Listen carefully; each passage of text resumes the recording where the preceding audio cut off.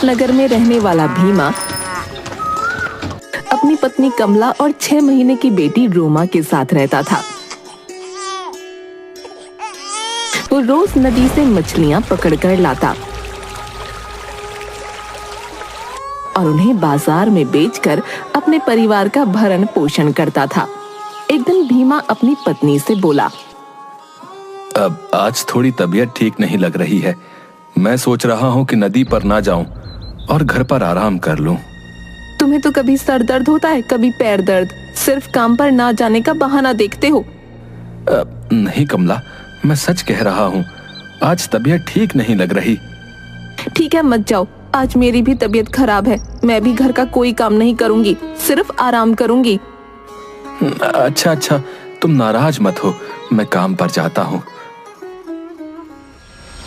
भीमा सीधा साधा था और कमला उतनी ही खराब।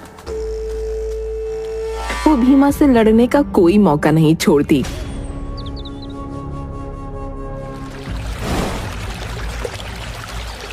भीमा नदी के तट पर मछलियों के लिए जाल डालकर बैठा था और खुद से बातें कर रहा था। ना जाने कमला कब सुधरेगी। वो कभी मेरी तकलीफ नहीं समझती। उसे तो सिर्फ पैसा चाहिए। जिस दिन मैं नहीं रहूंगा उस दिन उसे समझ आएगा। लगता है जाल में मछलियां आ गई हैं। चलो इन्हें निकालता हूँ और बाजार में बेचकर पैसे ले जाकर कमला को देता हूँ, नहीं तो वो मुझे जीने नहीं देगी। भीमा जाल से मछलियां निकाल ही रहा होता है कि उसकी नजर नदी में बहती हुई एक टोकरी पर पड़ती है जिसमें एक बच्चा होता है। भीमा टोकरी को नदी से बाहर निकालता है। कोई है? अरे ये बच्चा किसका है? न जाने कौन इतने छोटे से बच्चे को इस टोकरी में डालकर नदी में छोड़ गया भाई। अरे कैसे लोग हैं दुनिया में। एक काम करता हूँ, इसे अपने साथ घर ले चलता हूँ, नहीं तो ये मर जाएगा।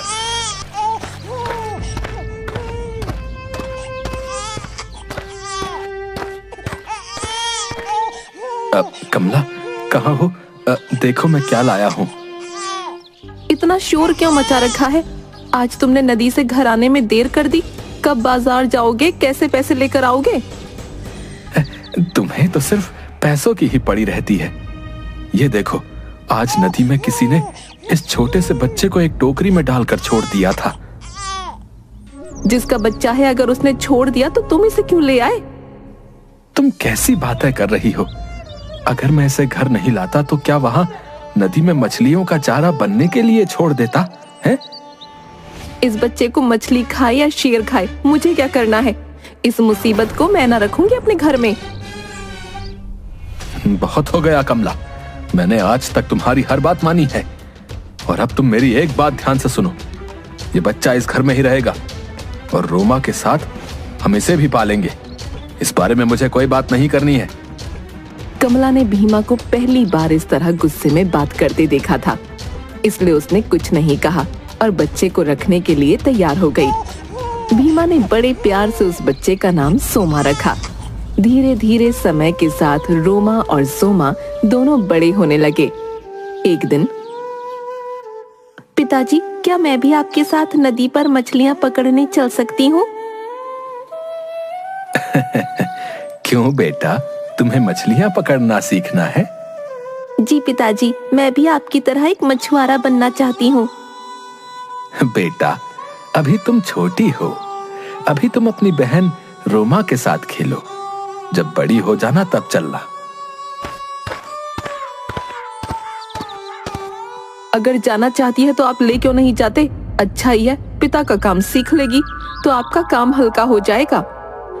मुझे रोमा और सोमा दोनों को जो कुछ भी सिखाना होगा मैं खुद सिखा लूंगा। तुम्हें मुझे बताने की जरूरत नहीं है। मैं तो इसलिए कह रही थी कि अगर उसका मन है तो सिखा दो ना, लेकिन जैसा तुम्हें ठीक लगे।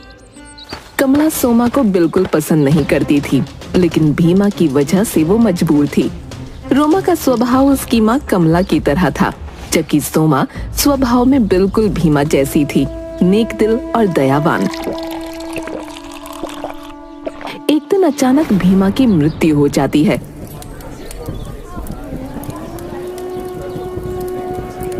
रोमा और सोमा बहुत दुखी होते हैं। बेटा रोमा, तू रो मत, ये तो नियति है, हम इसे बदल नहीं सकते। तुम्हारे पिता का साथ बस इतना ही लिखा था, तुम्हें हिम्मत रखनी होगी। हाँ माँ, लेकिन अब हम कैसे रहेंगे? हमारा घर कैसे चलेगा? पिताजी ही तो अकेले काम करने वाले थे। तू फिक्र मत कर, ये सोमा है ना, इसने तुम्हारे पिता से मछलियाँ पकड़ना सीखा था, अब से ये जाएगी मछलियाँ पकड़ने। हाँ माँ, मैं जाऊंगी पिताजी की जगह मछलियाँ पकड़ने, आप फिक्र मत कीजिए। बस बस, ज्यादा प्यार दिखाने की जरूरत नहीं है, तू ही जाएगी और कौन जाएगा। उस दिन से सोमा के तो जैसे दिन ही बदल गए।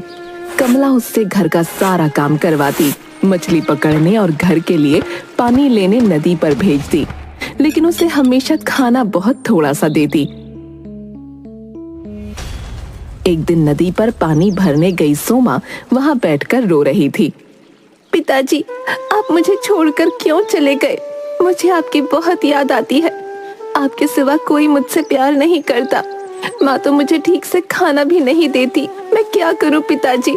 आप मुझे कोई रास्ता बताइए। लेकिन उसे कोई जवाब नहीं मिलता। वो घर आ जाती है।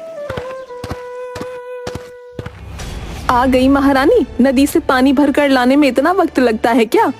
माँ, पानी भरकर मटके भारी होते हैं, इसलिए मैं धीरे धीरे चलकर आती हूँ ताकि पानी गिर ना जाए। बस कर अपने बहाने, काम धाम ठीक से करती नहीं, खाना इतना खाती है। माँ, खाना तो आप मुझे आधा पेट देती हैं। जवाब देती है मुझे? रुक जा, तेरी अच्छे से मरम्मत करती हूँ, तब तेरा दिमाग सही होगा। और रोमा ये सब देखकर बड़ी खुश होती है। रोज सोमा नदी किनारे बैठकर पिता को याद करती और खूब रोती। एक दिन वो नदी किनारे बैठकर रो रही थी, तभी एक बूढ़ी औरत आती है। बेटा, क्या मुझे थोड़ा पानी पिलाओगी? हाँ अम्मा, जरूर पिलाऊंगी। आप पहले आराम से बैठ जाइए, मैं अपने घड़े से आपको पानी पिला देती हूँ। सोमा बूढ़ी औरत को उसकी इच्छा अनुसार पानी पिलाती है। तुम बहुत नेक दिल हो बेटी, तुमने मुझे पानी पिलाया, इसके बदले में मैं तुम्हें कुछ देना चाहती हूँ। मुझे कुछ नहीं चाहिए अम्मा। क्या तुम्हें किसी चीज की इच्छा नहीं? नहीं, मेरे पिताजी ने मुझे सिखाया था कि किसी की मदद बिना किसी लालच से करनी चाहिए। बूढ़ी औरत अपने दोनों हाथ जोड़ती है और वो एक परी बन जाती है। आप कौन हैं और ये आपने कैसे किया? सोमा, मैं इच्छा परी हूँ और मैं अपनी इच्छा से कोई भी रूप ले सकती हूँ। इच्छा परी? लेकिन आप मेरा नाम कैसे जानती हैं? सोमा, मुझे सब कुछ पता है। तुम रोज यहाँ बैठकर अपने पिता को याद करती हो और रोती हो, मैं सब जानती हूँ। मैं तुम्हें एक वरदान देती हूँ, आज के बाद तुम जब भी रोओगी तब तुम्हारी आंखों से आंसू की जगह हीरे जवाहरात गिरेंगे। लेकिन मैं उन हीरे जवाहरातों का क्या करूंगी? तो तुम्हें क्या चाहिए? मुझे कुछ नहीं चाहिए। ठीक है, मैं तुम्हें एक और वरदान देती हूँ। तुम्हारी आवाज कोयल जैसी सुरीली हो जाए, तुम्हारा गाना सुनकर इंसान अपने दुखों को भूल जाएगा। इतना कहकर परी गायब हो जाती है और सोमा पूरे रास्ते वो गाना गाती हुई अपने घर वापस आती है। उसे गाना गाना बहुत पसंद था और अब तो उसकी आवाज इतनी सुरीली हो चुकी थी कि वो खुद का ही गाना सुनकर खुश हो रही थी। घर आकर, आ गई महारानी, कहाँ लगा दी इतनी देर? माँ, आज नदी पर मुझे एक परी मिली थी। क्या बकवास कर रही है? भला परियां होती हैं? हाँ माँ, परियां होती हैं। अपनी बकवास बंद कर, घर का काम देख, घर कैसे गंदा पड़ा है। सोमा बर्तन साफ कर ही रही होती है कि उसके हाथ से एक कांच का बर्तन गिरकर टूट जाता है। कमला सोमा को 2 थप्पड़ लगाती है। सोमा रोने लगती है। उसकी आंखों से आंसू की जगह हीरे जवाहरात गिरने लगते हैं। ये क्या? इसकी आंखों से आंसू की जगह हीरे जवाहरात गिर रहे हैं? हाँ माँ, इसकी आंखों से तो आंसू की जगह हीरे जवाहरात गिर रहे हैं।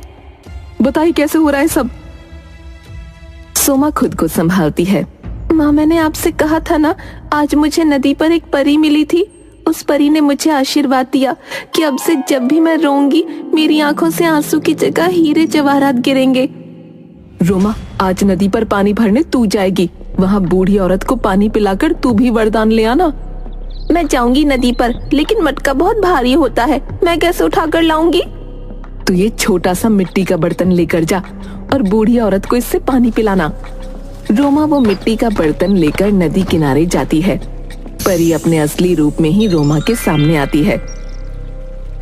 बेटा मुझे पानी पिला दो। नहीं नहीं, ये पानी तो बूढ़ी औरत के लिए है, मैं उसका इंतजार कर रही हूँ, उसे ही पानी पिलाऊंगी।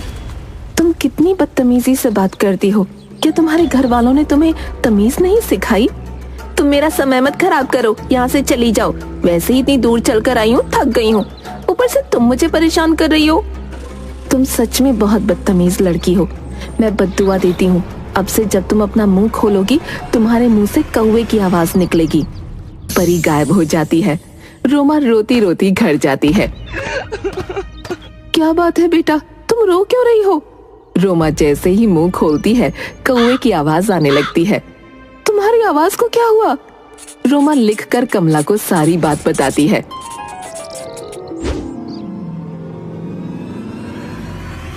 ये सब इस सोमा की वजह से हुआ है, इसने हमें पूरी बात नहीं बताई होगी, ये जानबूझकर ऐसा करती है।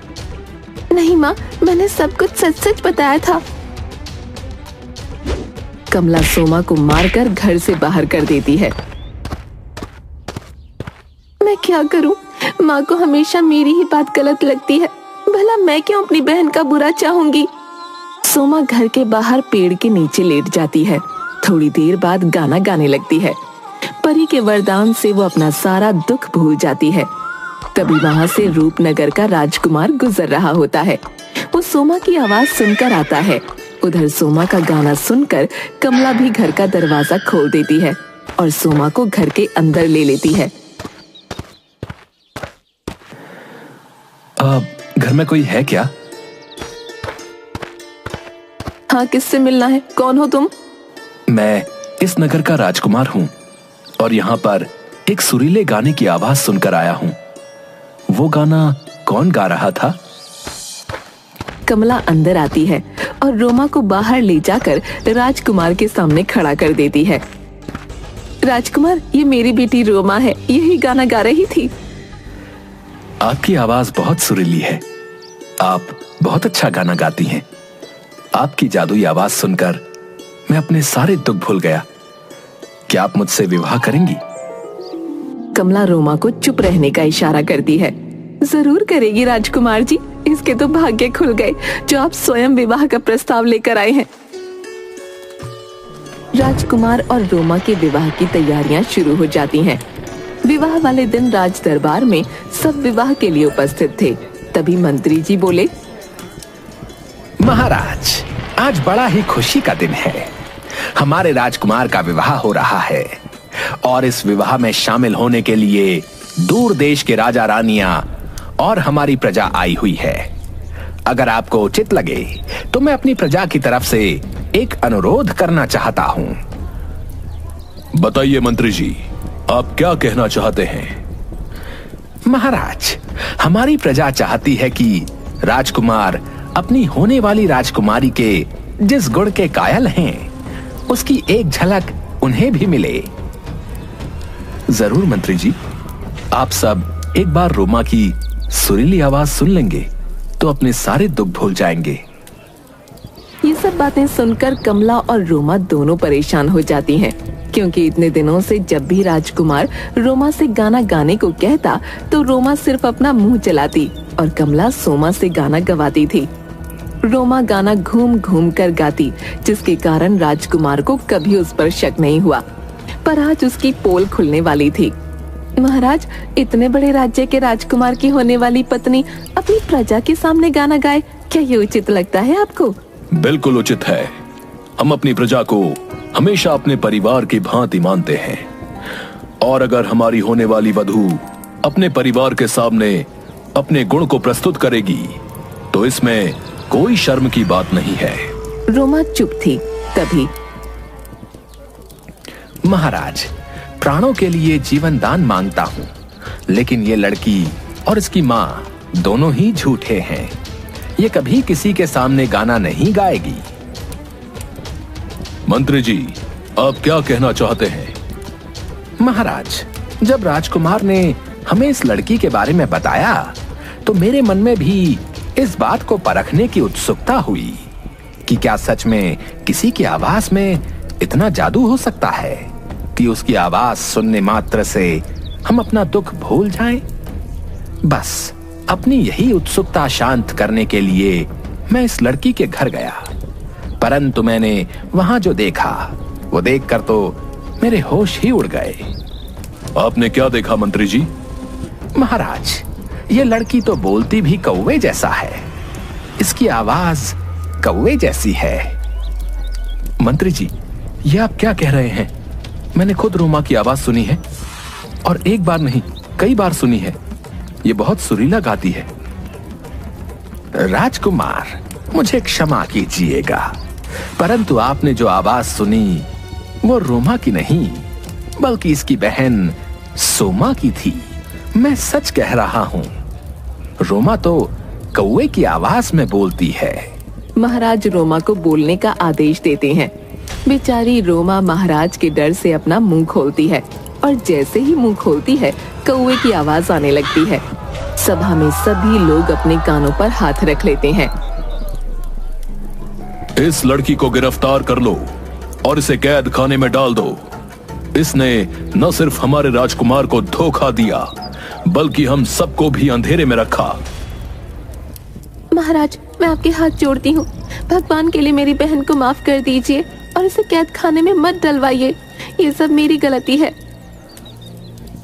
तुम्हारी गलती कैसे है? अगर मैं गाना नहीं गाती तो राजकुमार को ये धोखा कभी नहीं होता।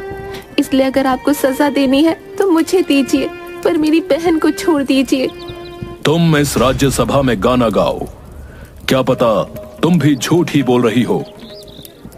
सोमा गाना गाना शुरू करती है और थोड़ी देर में महाराज, राजकुमार और साथ साथ वहां उपस्थित सारे लोग अपना सारा गुस्सा और तकलीफ भूल जाते हैं। राजकुमार, तुमने जो कहा था वो बिल्कुल सत्य था। इस लड़की की आवाज तो वाकई बहुत सुरीली है, और इसकी आवाज सुनते ही हम सारी बातों को जैसे भूल गए। महाराज, अब तो आप मेरी बहन को आजाद कर देंगे। हम तुम्हारी बहन को आजाद कर देंगे, परंतु अब हम तुम्हारी बहन रोमा की जगह तुम्हारे सामने अपने पुत्र के विवाह का प्रस्ताव रखते हैं। क्या तुम्हें ये विवाह स्वीकार है? सोमा माँ की तरफ देखती है। मुझे माफ कर दो बेटी, मैंने तुम्हारे साथ इतना बुरा व्यवहार किया, फिर भी आज तुमने रोमा की जगह खुद को कारागार में डालने की बात की। तुम्हारे पिता की बात बिल्कुल ठीक थी। तुम्हारा हृदय सच में हीरे जैसा है। महाराज, मैं अपनी छोटी पुत्री सोमा का विवाह आपके पुत्र के साथ करने के लिए आपसे अनुरोध करती हूँ। मुझे माफ कर दीजिए। रोमा और सोमा को ये सब करने के लिए मैंने ही कहा था। रोमा सोमा के लिए कागज पर लिखती है। मुझे माफ कर दो, मैंने माँ की बातों में आकर गलत व्यवहार किया, हमेशा तुम्हें नीचा दिखाया, कभी तुम्हारी मदद नहीं की। फिर भी आज तुमने मेरे लिए जो किया वो मैं जिंदगी भर नहीं भूल सकती। तुम्हें माफी मांगने की कोई जरूरत नहीं, तुम बस मेरे गले लग जाओ। सोमा रोमा को गले लगाती है। तभी वहाँ इच्छा परी आती है। रोमा, मुझे देखकर अच्छा लगा कि तुम्हें अपनी गलतियों का एहसास हो गया, इसलिए मैं तुम्हें अपने दिए हुए श्राप से मुक्त करती हूँ। रोमा पहले की तरह बोलने लगती है और उसे कौवे की आवाज से मुक्ति मिल जाती है। साथ ही महाराज सोमा और राजकुमार का विवाह करा देते हैं और वो दोनों खुशी खुशी रहने लगते हैं।